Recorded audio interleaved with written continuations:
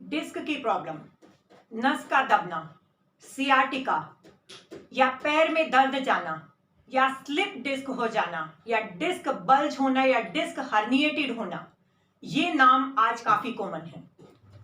Friends, हमारी कुछ गलतियां होती हैं, कुछ बैठने उठने के तरीके होते हैं, कुछ झुकने के गलत तरीके होते हैं, जिनकी वजह से ये प्रॉब्लम और ज्यादा बढ़ जाती है। फ्रेंड्स, मैं फिजियोथेरेपिस्ट डॉक्टर हेमलता, नमस्कार। जून फिजियोथेरेपी चैनल में आपका स्वागत है। फ्रेंड्स, आज इस वीडियो में हम आपके लिए लेकर आए हैं बैक पेन को अवॉइड करने के लिए ऑफिस में लंबे टाइम तक एक जगह बैठकर या घर के काम करते हुए बैठने के दौरान क्या सावधानियां रखें ताकि हम बैक पेन से या पैरों में रेडिएटिंग पेन से बच सकें। हमें कितनी देर बैठना है और अगर हम लंबे टाइम के लिए बैठ गए हैं तो हमें उसको न्यूट्रलाइज करने के लिए क्या करना है, और अगर हमारी बैक में पेन है तो हमें किस तरह से बैठना है। अगर आप इन प्रिकॉशंस को अपनी डेली एक्टिविटीज में अप्लाई करते हैं तो डेफिनेटली आप बैक पेन से रिकवर भी होंगे, और अगर बैक पेन नहीं है तो आप उसको टोटली प्रिवेंट कर सकते हैं। फ्रेंड्स, सबसे पहले बात करते हैं हम कि हमें एक ही जगह पर कंटिन्यूसली कितनी देर बैठकर काम करना चाहिए। आइडियली हर 45 to 50 मिनट्स बाद 5-10 मिनट्स का ब्रेक लेकर टहलना या खड़े होकर कुछ फिजिकल एक्टिविटी करनी चाहिए। उसमें कुछ आप सर्वाइकल की या लोअर बैक की एक्टिविटीज़ कर सकते हैं। अपर लिम या लोअर लिम की चेयर योगा की एक्सरसाइजेस कर सकते हैं। फ्रेंड्स, कई बार काम का लोड इतना ज़्यादा होता है कि कई घंटे लगातार बैठना पड़ता है, लेकिन ये ठीक नहीं है। इससे हमारी नर्व्स और मसल्स पर बर्डन बढ़ता है और मसल्स थकने लगती हैं। ब्लड और नर्व सर्कुलेशन स्लो डाउन हो जाता है और डीजनरेशन कोज करता है। इससे हमारी नेक, बैक, नी और हिप जॉइंट्स जैसे जगहों पर पेन रहने लगता है। इसलिए 45 से 50 की उम्र तक आते आते बॉडी 70 साल वाली सिचुएशन में पहुंच जाती है। इसलिए फ्रेंड्स, प्रोलॉन्ग सिटिंग अवॉइड करें और 45 से 50 मिनट में छोटे छोटे ब्रेक जरूर लें। फ्रेंड्स, अब हम बात करते हैं उन लोगों के बारे में जिनको लंबे टाइम तक एक जगह बैठना ही पड़ता है। या तो उनकी सुबह से शाम तक लंबी मीटिंग्स चलती हैं, या काम का लोड इतना ज़्यादा होता है कि वो चाह कर भी 45 to 50 मिनट्स के बाद ब्रेक नहीं ले सकते। तो ऐसे लोगों को अपने आप को ठीक रखने के लिए क्या कोशिश करनी चाहिए। इन लोगों को 1 घंटे की वॉक डेली सुबह शाम में बांट सकते हैं, या एक टाइम में 1 घंटे की वॉक जरूर करनी है, और 1 घंटे की फिजिकल एक्टिविटी। 1 घंटे की फिजिकल एक्टिविटीज़ में कुछ योगिक क्रियाएं कर सकते हैं, या फिर कुछ प्रॉपर वार्म अप, स्ट्रेचिंग और स्ट्रेंथनिंग एक्सरसाइजेस करनी है। स्ट्रेंथनिंग एक्सरसाइजेस हमारी मसल्स को स्ट्रॉन्ग रखती हैं और हमारे ब्लड सर्कुलेशन को मेंटेन करती हैं। प्रॉपर ब्लड सर्कुलेशन और नर्व सर्कुलेशन दोनों हमारे डिस्क की और जॉइंट्स की डीजनरेशन को दूर करने में काफ़ी हेल्पफुल होता है। जिन टिश्यूज़ में ब्लड का फ्लो ज़्यादा होगा वहाँ एंटीऑक्सीडेंट ज़्यादा से ज़्यादा पहुँचेंगे, और जिन टिश्यूज़ में एंटीऑक्सीडेंट ज़्यादा से ज़्यादा पहुँचेंगे वहाँ डीजनरेशन कम से कम होगी। इसलिए डिस्क और कार्टिलेज को अगर डीजनरेशन से बचाना है तो हमें एक्सरसाइजेस और वॉक पर फोकस करना ही पड़ेगा। अदरवाइज हमें टाइम से पहले जॉइंट्स पेन, सर्वाइकल पेन और lumbar disc pain means back pain का सामना करना पड़ सकता है। इसलिए अपनी डेली एक्टिविटीज़ में 1 घंटे की वॉक और 1 घंटे की फिजिकल स्ट्रेंथनिंग एक्सरसाइजेज जरूर से जरूर ऐड करें ताकि आप बैक पेन से बच सकें। अब हम बात करते हैं उन लोगों के बारे में जिनको स्लिप डिस्क या डिस्क बल्ज या डिस्क हर्निएशन हो गई है, मीन्स जिनको बैक पेन के साथ साथ टांगों में भी दर्द जाता है।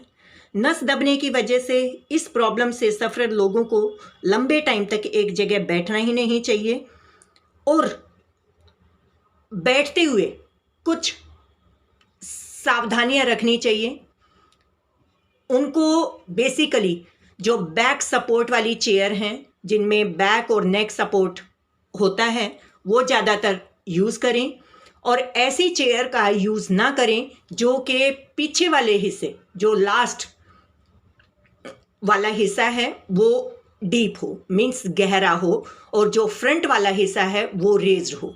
इस टाइप की चेयर बैक पेन को बढ़ाती हैं। अगर इस तरह की चेयर आपके ऑफिस में है तो आप उनके अंदर कुछ मॉडिफिकेशन कर सकते हैं। जो चेयर का लास्ट हाफ है उसके अंदर आप पिलो या कुशन का यूज़ कर सकते हैं। इससे जो पिछला हिस्सा जो डीप था वो रेज हो जाएगा और जो अगला हिस्सा रेज्ड था वो बैलेंस हो जाएगा। तो आपकी जो थाइज हैं वो बैठने के बाद या तो स्ट्रेट होनी चाहिए फ्लोर के या थोड़ा सा नीचे की तरफ स्लैंटिंग वे में होनी चाहिए। तो हिप नीज से रेज्ड होने चाहिए, नीज ऊपर की तरफ उठे ना हों। अगर नीज हिप से ऊपर जाते हैं बैठने के बाद तो इस तरह की सिटिंग अरेंजमेंट आपकी डिस्क के ऊपर प्रेशर को इंक्रीज कर देती है जो कि बैक पेन और रेडिएटिंग पेन दोनों को बढ़ाती है।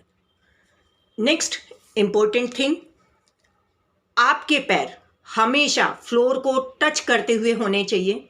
कई लोगों को हाइट का इश्यूज होता है, कईयों की हाइट ज़्यादा लंबी होती है, कईयों की छोटी होती है, तो दोनों केसेस में बैक पेन की प्रॉब्लम बढ़ जाती है।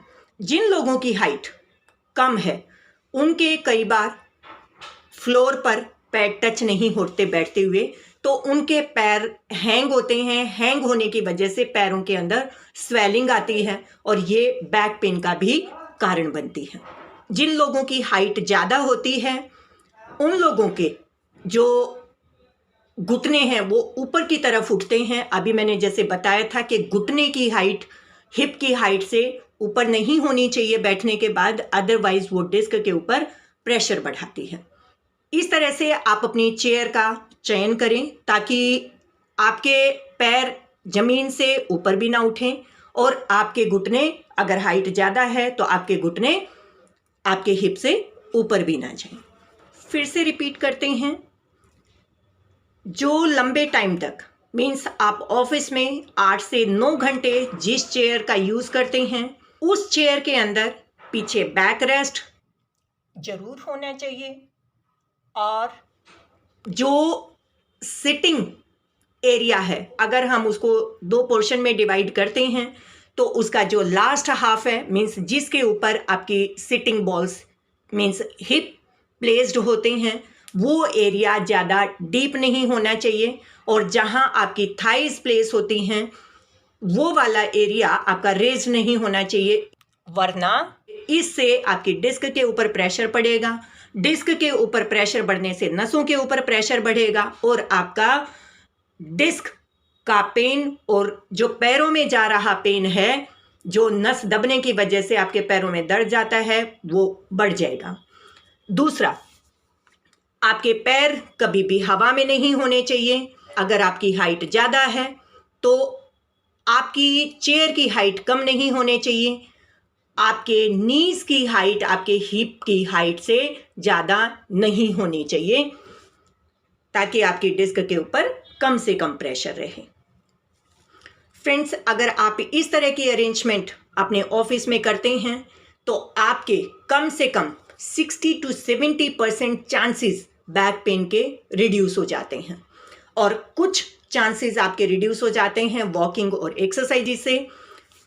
नेक्स्ट थिंग, कुछ लोगों को नीचे जमीन में बैठकर काम करना पड़ता है, जैसे क्लोथ्स को वॉश करना। कुछ लोगों के पास कुछ ऐसी एडजस्टमेंट नहीं होती कि वो स्टैंडिंग में उस काम को कर सके, तो उसके लिए आपको एक लो हाइट का स्टूल अरेंज करना पड़ेगा और जब आप उस लो हाइट के स्टूल पर बैठते हैं तो आपको अपने पैरों के बीच में स्पेस बनाते हुए पैरों को फैलाते हुए बैठना पड़ेगा और वो कमर को एक्सटेंशन में जैसे अभी बताया था उसी तरह से एक्सटेंडेड पोजीशन में रखना पड़ेगा ताकि आपकी बैक के ऊपर कम से कम प्रेशर पड़े और आपकी बैक का पेन ना बढ़े।